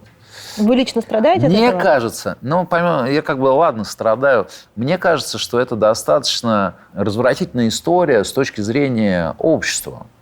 Ну, с точки зрения того, что если я могу себе позволить, ну, публично сказать: «Эй, ты, Маугли, иди сюда». Сюда подошел, ну, понимаете. Я могу таким образом обсуждать каких-то мало мне знакомых людей, говорить о них там в уменьшительно там каком-то тоне, в каком-то презрительном и прочее, прочее. А я являюсь журналистом и пишу на большую аудиторию, они, в общем-то, это СМИ, да? То что ждать от людей, которые там пишут комментарии, что ждать от людей, которые просто там вдруг посмотрел, там это сам, ну это просто, конечно, вообще артисты, ну там, ну понятно, жена режиссера там сам свою жену снимает, ну что там, ну он как бы разбирать не умеет, ничего не умеет, но самой интонацией овладел, интонацией разбора. Страдаю ли я от этого? Ну, я от этого страдаю как от дурного запаха. Ну, я от этого страдаю как от, понимаете, как, ну, там, визуально мусора, который разбросан там по лесу. Ну, вроде как и лес не мой часто, и мусор вроде как не мой, а я вроде как страдаю. Ну, мне просто противно. К Цою. Для меня эта картина, знаете, о чем? О каком-то вот, ну, когда что-то из тебя вырывает, какое-то сердце, да, или какую-то очень важную часть твоей жизни, воспоминания человека, да. У тебя образовывается пустое место. Да. и ты не можешь ничем его заполнить. Это ужасно больно. Вот видите, например, про это, да. Но, опять-таки, вы просто говорите, вы снялись в фильме про Цоя, а говорите, это фильм про пустое место, которое... Которое вот это, оказалось... Да. Ну, вот я смотрел, да, интервью с Гаспаряном, да, журналист говорит, ну, вот это для вас, вот его не стало. И что это такое для вас было? Вот вы что вы почувствовали? Что? Он говорит, ну, облом. Ну, они были на взлете, они были вот только сейчас, вот они стадион. Это группа кино же не всегда была группа кино. Они были какая-то там группа кино, где-то что-то там. А потом вдруг раз, это Айзеншпис, что-то, все это вдруг. И бах! Но просто это облом, оно такое слово объемное. Объемное. Как бы это и необъяснимо, и вроде это глупо, вроде это не та история, что типа, ну, сам там наркотиками обчистка, ну, и сам дурак, типа, или там, я не знаю, в петлю залез. Машина, автобус, ну, какая-то вот, да... Дальше можно об этом там фантазировать, про мистические, про немистические, про то, а что бы было, если бы он выжил, и какой бы он был. А вот он такой молодой, красивый, плюс еще мифология, понимаете, Иисус Христос, жертв, ну все это вместе. Ну просто потому, что как бы в нас это, ну, попадает, ну помимо как бы темы смерти, да, которая к нам ко всем имеет отношение, просто это попадает. У меня был спектакль «Олимпия», там был такой момент тоже, когда мальчик вдруг, там что, там шли годы, что Виктор Цой разбился на машине.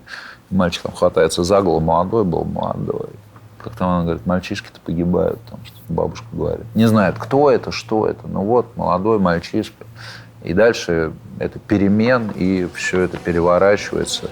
Начинается совершенно там другая эпоха, другое время. Под эту песню, конечно, да, под эту песню.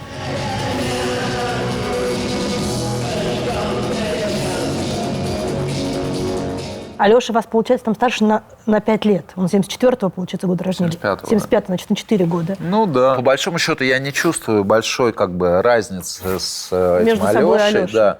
Более того, там многие там, мои друзья, которые приходили, говорили, ну, давай честно, это же ты написал. Ну, у меня тоже такое было ощущение, потом я поняла, что Оля Мухина. Ну, то есть, да. Ну, то есть, это же как бы, ну, никто это не мог написать, это же ты написал. Вот все вместе со скейтами, с сноубордами, с путчем, с родителями. И даже какие-то вещи... С папой олимпийским чемпионом, который грузчик. Чемпионом, да, значит, все совсем. Все совсем. Мама, которая держит ресторан, вот, там, все совсем. Но Оля, да, она удивительно, вот... Там немножко, конечно, пьеса отличается от спектакля, но я практически ничего не добавлял. Я чуть-чуть там подубирал. Она не ходила на репетиции, но она очень боялась, что я что-то там буду исправлять. А я говорил, Оль, просто приди на репетицию и успокойся. И она со мной на всякий случай поругалась во время репетиционного, не общалась. Потом пришла на спектакль, была страшно довольна всем. А полный метр ваш когда будет? А полный метр мой будет, когда будет сценарий для этого полного метра и продюсеры. А кто пишет сценарий? Сценарий мы сейчас писали там с моим приятелем. Нет, слушайте, мне вот когда это вообще... Время есть чистая форма чувственности. Но вы хотите быть режиссером? Больше, чем артистом? Мне нравится работать с режиссером. Мне эта работа нравится. Мне Петр Наумович, когда я делал «Даму с собачкой», в том, я ей показал, он промолчал. Ну и ко мне подходили какие-то люди, говорили, типа, здорово. Потом прошел, наверное, 2 месяца. Он меня позвал, ну там по поводу другого дела. Говорит, слушай, но я просто переживаю, что было на моих глазах хорошие артисты, которые вдруг шли в режиссуру. И ты знаешь, они переставали быть хорошими артистами. И это было 10 лет назад. И я говорю, понятно. Он говорит, ну ты это делай. Сделай, пусть это будет такая самостоятельная работа, это интересно. И я потом понял, почему он об этом говорил, потому что действительно, когда ты уходишь, это просто вопрос ракурса, да? То есть, когда ты начинаешь воспринимать это как бы режиссерски, это вопрос включения. И действительно, ты как бы со стороны И ты выходишь на сцену, чувствуешь себя немножко дурачком. Вот у тебя, либо мозг, да, а тут нужно как бы другие рецепторы включаются. Ты другим затрачиваешься. Очень затратная работа режиссера. Сидеть вот в этой будке и смотреть, как у тебя валится спектакль, и без возможности выйти на сцену, не можешь сделать, это сдохнуть можно. А актерская вот эта вот штука, она очень крутая, конечно. Когда вдруг ты можешь, даже не то, что ты можешь, а когда вот это вот, то, что Петр Наумович называл программа полета есть, полета нет. То есть вот этот вот момент, когда ты из программы полета вдруг немножечко отрываешься, и вдруг и полетел. Это же чуть чудо. И вдруг, и это связано все с пространством, с воздухом, с залом, с музыкой, с ритмом, все с партнерами, конечно, все совсем. Такой немножко этот самый кайтсерфинг такой. Чем на самом деле мужчины отличаются от женщин? Спокойно. Как говорит мой младший сын, просто... Или не младший? Нет, пожалуй, не младший это говорил. Что просто мальчики писают стоя, а девочки писают сидя. А здесь? Девочка, кстати, не говорила о том, чем отличаются мальчики от девочек. Может быть, тоже как бы этим, что мальчиков этот вопрос больше волнует, возможно. Но я вот наблюдал, как у меня дети старшие, когда они еще были маленькими, как они дрались, мальчик с девочкой. И я, конечно, понимал, что в девочке ярости-то больше. То есть если мальчик так немножко машет руками, потому что они поругались, и он просто машет руками, хотя он, в общем-то, сильнее физически, то девочка-то просто убивает. Да. Но это вот я могу как бы вот на уровне конфликтном, значит. Может ли женщина стать президентом России? Если да, то что это изменит? Смотри, какая женщина, сколько в ней будет мужского. А нужно мужское, чтобы стать президентом России? Вообще у нас Евразия, вроде в Азии это не принято. У нас все-таки патриархат. По идее, мы же не то, что прям совсем вот эта вот гнилая Европа. Но думаю, что я-то, честно говоря, за.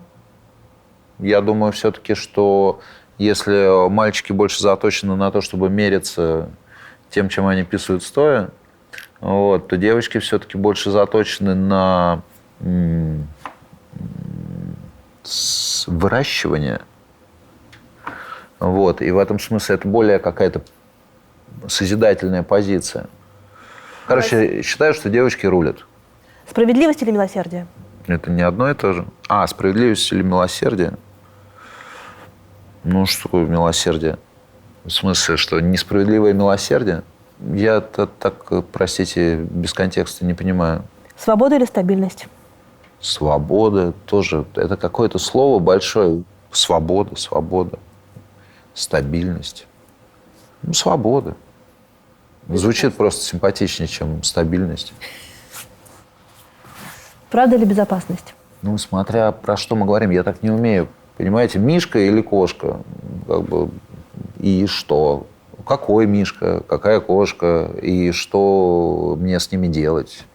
Смотря чтобы их есть или чтобы с ними спать. То есть вот это вот. Что мишка или кошка? Карьера или семья? Тут попроще. Все-таки семья.